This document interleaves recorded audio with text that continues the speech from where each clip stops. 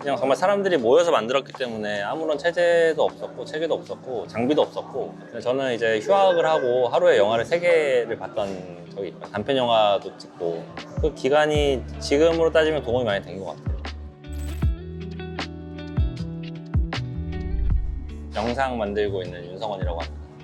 솔파라는 이름으로 활동하고 있어요. 제가 만든 건 아니고 그 당시에 형들이 만들었는데 따라서 들어갔죠. 그때 한 8명인가? 9명인가?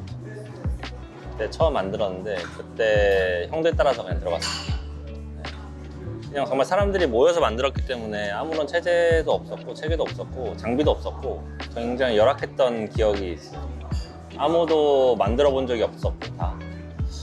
근데 그 당시에는 편집 프로그램 한 명이 할 줄 알면은 그 사람이 캐리를 해야 되는 그 정도 수준? 지금처럼 대중화되어 있지 않았기 때문에 영상이 저도 한 번도 안 해봤었고, 뭔가 컴퓨터도 없었고 지금처럼 도서관 가서 편집을 했던 기억이 나요. 도서관 컴퓨터로. 그때 이제 룰을 만들어서 뭐 적어도 이때 이런 정도의 길이로 영상을 만들자, 이 정도의 개수를 만들어야 된다라는 게 있어서 강제로 조를 짜서 짧게 영상을 만들었던 기억이 나요. 근데 되게 신기한 것 같아요. 아직도 있다는 게, 그 동아리가. 이거는 좀 없어질 것 같았거든요.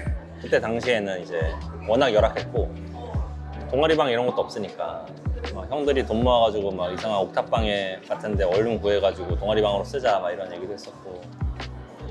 근데 그때 저를 생각해 보면은 아무것도 몰랐는데, 아무것도 모르는 상황에서 했던 그런 뭐라 해야 될까, 노력들이라고 해야 되나, 쌓여서 다 연결된다고 생각을 해서 그냥 뭐 응원하고 싶죠. 응원하고 싶고.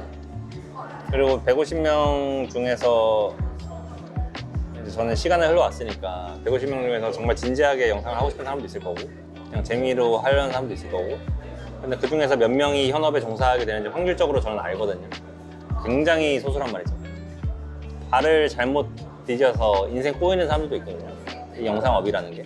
하지만 연대랑 영상이랑 크게 막 링크가 되진 않기 때문에, 그래서 뭐 약간 걱정되는 마음도 있지만 다 각자의 운명이니까 열심히 하길 바라죠. 네.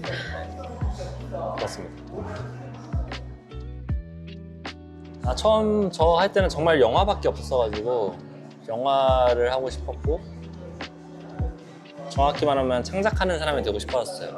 감독이 되고 싶었는데, 그럼 감독이 되려면 어떻게 해야 될까라고 했을 때 그때 당시에는 시나리오를 써가지고 입봉하는 것밖에 거의 방법이 없었고, 아니면은 조연출로 막 8년 써가야 되는데 젊음이 날아가잖아요. 그게 너무 싫어서 감독의 본질이 뭘까라고 했을 때 그냥 자기가 만든 걸로 인정을 받으면은 감독이 되는데 그 길이 없을 뿐이잖아요.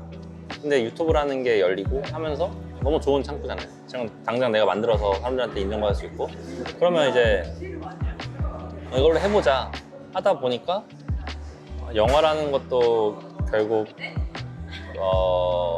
시대와 산업이 만든 산물이잖아요. 근데 그거를 원래 존재하는 태양처럼 쫓는 사람도 물론 있지만 저는 그런 쪽은 아니었던 것 같아요. 그래서 그냥 영상의 장르 중 하나라고 느꼈고, 물론 이 중에서는 가장 많은 자본이 들어가고 가장 장인 정신이 들어간다고 생각은 하는데, 지금은 일단은 제가 하는 쪽에서 이 제가 하는 장르의 영상으로 좀 더 다양하게 만들어 보는 게 단기적인 목표입니다. 경험을 많이 쌓는 게 중요한 것 같아요. 저는 이제 휴학을 하고 하루에 영화를 3개를 봤던 적이 있고 단편 영화도 찍고, 그래서 한 번쯤은 내가 제대로 도전을 해봐야겠다라는 생각이 들어서 휴학을 한 게 단순히 영화를 찍어보려고 휴학을 했었고, 그래서 과외에서 모은 돈으로 단편 영화를 찍었죠. 그러면서 6개월 동안 하루에 영화 3개씩 보고, 그 영화를 복귀하고 시나리오 있으면 다운받아서 보고 구조도 짜보고 영화 보고 그냥 집에서만 있었거든요, 거의 6개월 동안. 그 기간이 지금으로 따지면 도움이 많이 된 것 같아요. 사실 지금은 그렇게 볼 시간도 없고 볼 열정도 없고, 그리고 그런 뭔가 몰입하는 시간을 한 번쯤 갖는 건 중요한 것 같아요. 교환학생? 세상을 좀 보고 결국 사람을 다룰 거기 때문에 사람을 많이 보고 다양한 사람들을 만나보는 게 중요하다고 저는 생각을 해서 합법적으로 장기 체류할 수 있는 게 학생 때 교환학생이잖아요. 그래서 교환학생이 좋은 것 같아요. 저는. 대학생이라면 이런 질문 되게 많이 받는데 특별한 방법이 없어요. 그냥 괴로워하면서 고민하는 거죠. 이거밖에 답이 없는데 어떤 특별한 방법을 갖고 있지 않습니다. 그냥 평상시에 경험이 누적되어서 관찰의 경험이 누적되어서 만드는 거다 보니까 그냥 남들보다 더 고민하는 거 정도인 것 같아요.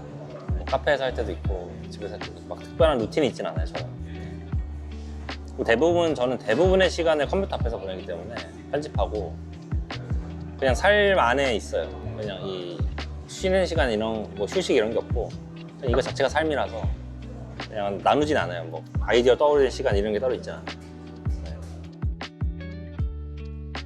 네. 재밌으면 성공하지 않나요?